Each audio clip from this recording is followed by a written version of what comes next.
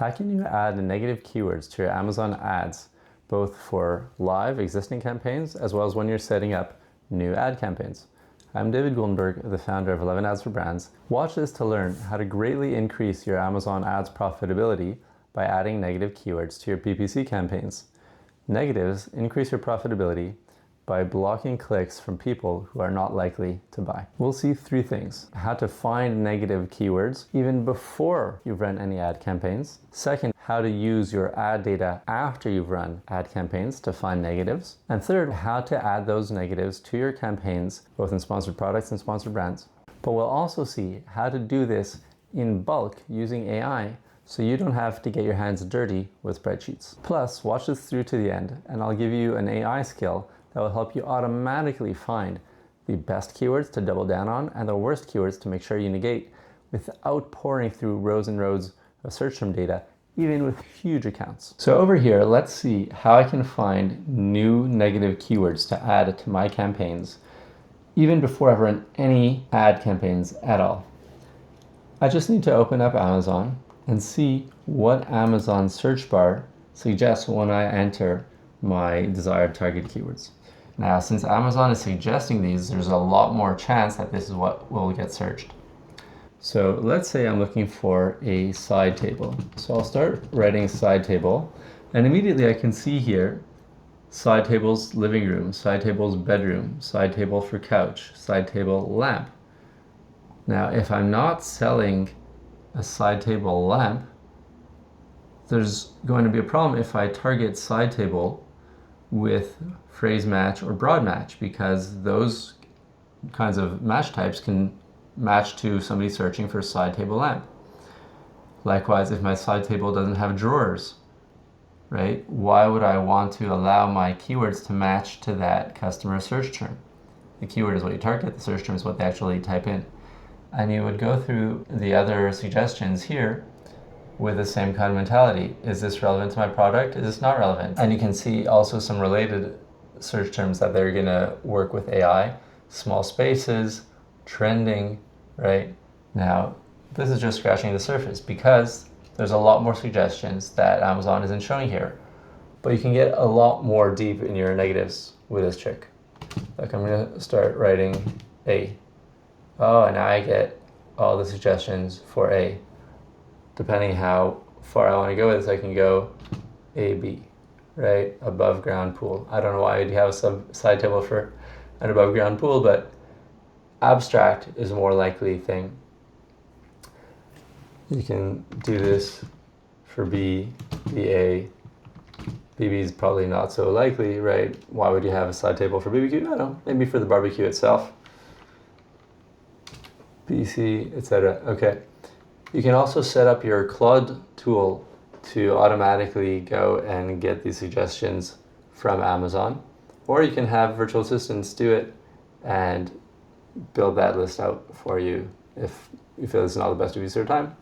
Depends on your balance of time versus budget. Okay, so that's a very simple technique that you can use in order to find negative keywords to add to your campaigns, even before you run any ad campaigns. I'm going to show you a second one that is really great, but you need Amazon Brand Registry, which is where you register your trademark with Amazon, and that gives you access to sponsored brands as well as Amazon brand stores. So not everybody's there, but if you are, we'll check this out real quick. So I'm going to open up this report. It's called the Top Search Terms Report in Amazon Brand Analytics. You can get there from Seller Central by going to Brands, Brand Analytics, and then you'll find it over here under Search Analytics, Top Search Terms. Okay. Now what it does, it shows you the week by week breakdown of what are the most popular search terms. Search frequency rank means how frequently was this ranked, was this searched compared to all the other search terms on Amazon. So off campus was number 1, then Dutton Ranch number 2, Nido number 3, The Boys number 4, from toilet paper, Mario paper towels, off Project Hail Mary. Those were the top 10 for week 22 starting the 24th of May. So going back to our side table example, if I put in side table and I hit enter, that'll refine the results. And now I can see what are the most popular search terms on Amazon that include the word side table. You'll see that these don't line up neatly with the search suggestions. right? So there's outdoor side table, small side table that overlaps with the Alexa suggestion, patio side table, bed side table, round side table, right? All these different variations, and just using your logic, what fits my product, what doesn't fit, anything that's not relevant, go ahead and negate. Now, there's two kinds of negations. When we get into adding the actual negatives to your campaigns, I'll show you which ones you want to use to make sure you get the most value for the time you spend on finding negatives. Next, let's look at what the data looks like once you've run some campaigns so that you can find which are the terms that have proven that they don't work for you. And there's probably going to be at least a few that you didn't come up with in your pre-campaign research. So I've got over here a search term report, and what this report shows me is what the actual search term was that somebody looked for. I've got here my targeting, I'm just hiding it here, the targeting match type. You can see broad, phrase, etc. You see the number of impressions, clicks, the click-through rate, total cost, sales. Now, as you can see over here, these are not in any particular order. And so what I'm going to do is add some filters and sort this to make the data a little bit easier to work with. If I'm looking for negatives, what I'm interested in is stuff that's spending a lot of money on the one hand, and also generating zero or very few or no sales at all. So I'm going to start by filtering the total cost to be, let's say, greater than $50, and your threshold will vary. Okay, it depends on what is meaningful in any given account you're looking at. I can also just sort it by total cost, but now what I'm going to do is I'm going to filter purchases for either 0 or 1. I'll explain why 1 also in a minute. But this makes things a lot easier to interpret and to work with. So over here I've got $95 in spend from this search term, and there are precisely no purchases or sales. The next one, I've got just one order from 74 clicks, and that worked out to a ROAS of about 1.26. We're talking about, I think, something like ballpark 70-80% ACOS, very high. We can calculate the ACOS if you don't get it directly from Amazon as follows. You just do 1 over the return on ad spend. There you go, 79% ACOS, right? So that's obviously not profitable, and we want to negate these things. So I can just go through each of these and see, okay, you know what, where is this not relevant? Why is this not converting? And adapt accordingly. Now I'm seeing a pattern, right? So arched over here, arc, again, arc, floor lamp, arc, floor lamp. What I want to do is not just take arc floor lamp itself, but I want to take the word, because I'm selling floor lamps, so I want to take the word that makes this a bad search term and negate that word itself that turns a generally acceptable term for my product to something that's, you know, not relevant or not going to convert. So in this case, I would take the word arc or arched. Here we've got over 100 clicks and no orders, so it's a pretty good candidate. And then I'll want to consider, is this going to be relevant for all campaigns? Is it just this campaign? That's something you need to determine by analyzing your individual products. And then you put together a list of the negatives that you want to add to your campaign. So for example, arc, arched, arch,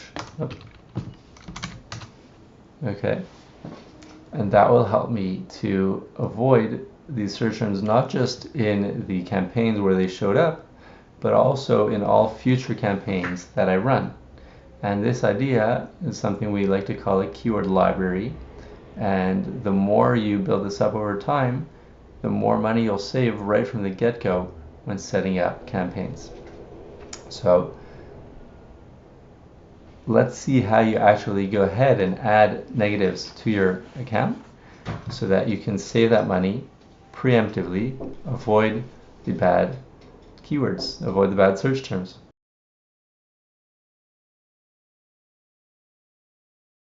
Now, just briefly before we move on, I wanted to mention that it's not that there are clicks and 0 sales. You need to have at least 35 clicks. We had 2 separate math PhDs check this out. We told them if you have a 10% conversion rate on Amazon, then the minimum amount of clicks that you need in order to tell with 98% certainty that it's never going to convert is 35 clicks. So since most products on Amazon are at least around that threshold, I would recommend you not do any less than that. And the reason beside for that is also that at very low volume, it's easy for just one order to make a huge difference to your conversion rate. So when you see, let's say, 35 clicks and 0 orders, I would be more confident. If there's already 1 order, you want to be a bit more skeptical, and if it's 2 orders, then you want to think more in the direction of adjusting your bids. We've got here this campaign open. If I want to add negative keywords, if the words are, for example, arc, arched, arch, like we had before, I don't want to put them in as negative exact, because what that means is it'll just block the search terms arc, arched, or arch from showing my ads. But that's not actually what people are searching. They're searching for arc floor lamp, arched floor lamp, things like that. So what I need to do is negative phrase, and then any search term that includes the word arc or arched will be prevented from triggering my ad. And that's how I avoid clicks from people who are not relevant to my audience. Okay, so I would go add keywords, save, and call it a day. Now, I'm going to show you guys for a sponsored brand video campaign. You see there's no negative tab over here because there's no negative keywords at the campaign level for sponsored brands. What you need to go is go to the ad group, and over here you see there's negative targeting. Notice over here it says only add negative product targets. Okay, you can do that as well. Usually it's not so useful, but this is a limitation within sponsored brands. You can't add negative keywords to an ASIN targeted campaign. That's a bit more advanced, separate point.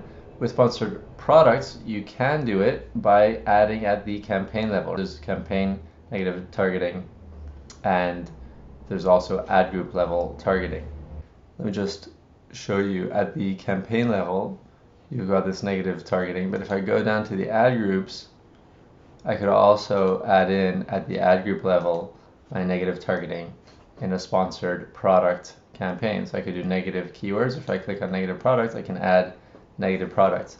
But this is only true for sponsored products, essentially. What I want to do, though, is I want to add for sponsored brand campaigns. So let me show you one of those. Okay, so I'm in a sponsored brand store spotlight format campaign. You'll see again at the campaign level I don't have negatives. I need to go down to the ad group level, and over here I've got negative targeting and I have negative keywords. So I just click add negative keywords, and then you're familiar already with the interface. So I would go add negatives, arc, it's 1 per line. Okay, add keywords, save, and call it a day. There we go. I have negative keywords. Let's show you guys how you can add negatives into a new campaign right when you're creating it. We'll start with a sponsored product campaign and then do this for sponsored brands. Essentially, it's the same approach. I create campaign, select sponsored products. Okay, I'll add a product. I scroll down. Obviously, I would want to add in my targeting, manual, etc. I go past, I enter my keywords that I do want to target, and then I just scroll down, and over here I've got negative keyword targeting, and I enter my negative list of bad keywords. And you'll notice you can have more than one word as part of a negative keyword. You could have a phrase if you see that it's 2 words in combination that don't work for you. So that can help you to be more granular to control things. I need to make sure I select negative phrase so that anytime these words show up anywhere in the search term, I'll block that search term. If I just want the precise word, so for example, Nike men's shoes, right? So if I wanted that, then I would have this precise phrase on its own as a negative exact. And if I wanted anything with Nike, so I would put this in like here as a negative phrase to block any search term with Nike. Okay, so that's for sponsored products. Negative keyword targeting. Over here you can use negative product targeting. I don't tend to find that it's very useful for the simple reason that it only blocks that one product. You can do that if you see that one particular product page is generating a lot of bad traffic for you. You can use it for automatic targeting campaigns, the same approach, so you just exclude the relevant list of products that you don't want, hit exclude, and it'll go that way. Likewise, you can exclude certain brands if they're not conducive to selling your products, right? So if I search Nike, I can exclude all of Nike and also Nike Golf, and there we go. Okay, now let's go back and I'll show you how you do this for sponsored brands. The process is pretty similar. So we'll skip all the unimportant stuff. You just need to scroll down, okay, past keyword targeting. Then this, again, like with sponsored products, it's minimized by default. They don't want you to use negative keywords, but you should do it anyway. So again, just the same process. If I want to exclude anything with Nike in it, I select negative phrase, add Nike. And if I just want one particular phrase, Nike pair, one particular search term, I would do negative exact, add keywords, done. What happens if you have dozens, hundreds, even thousands of campaigns that you need to add negatives to? This is obviously not a productive way of going around doing things. So what I want to show you is how you can have your AI, in this case Claude, just basically build the bulk sheet for you, and you can even instruct it to go ahead and upload the bulk sheets to Amazon. Claude, you can build an Amazon bulk operations sheet to add my negative keywords to all the campaigns.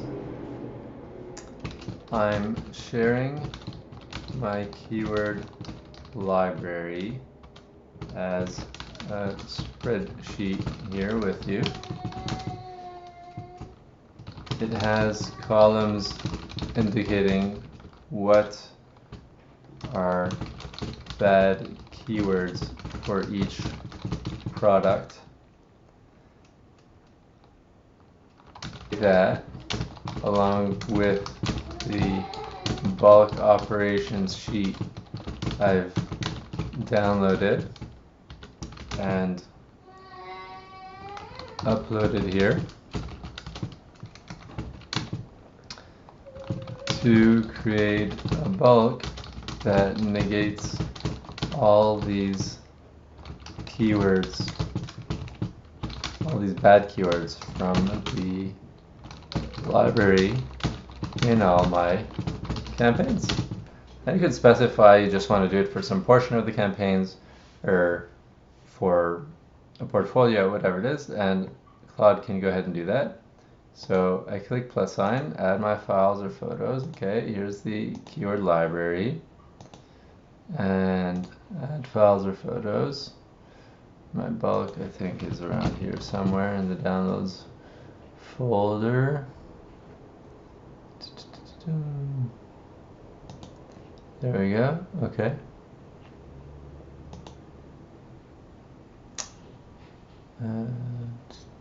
I think it's that one. Okay. And that's it. I just plug this in. And at the end, Claude will give me a bulk operation sheet.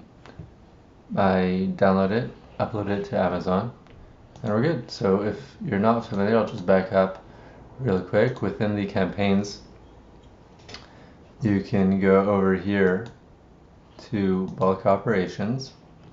You can download campaigns for whatever period of time you want. Once you've generated that, you download it, feed it into Claude. It'll see what your campaign IDs are and what campaign names, etc. And it can then create that bulk operations sheet for you. It's as simple as that. You guys can even just copy this link into Claude. Once you've generated the bulk operations sheet, please come here and upload it to Amazon.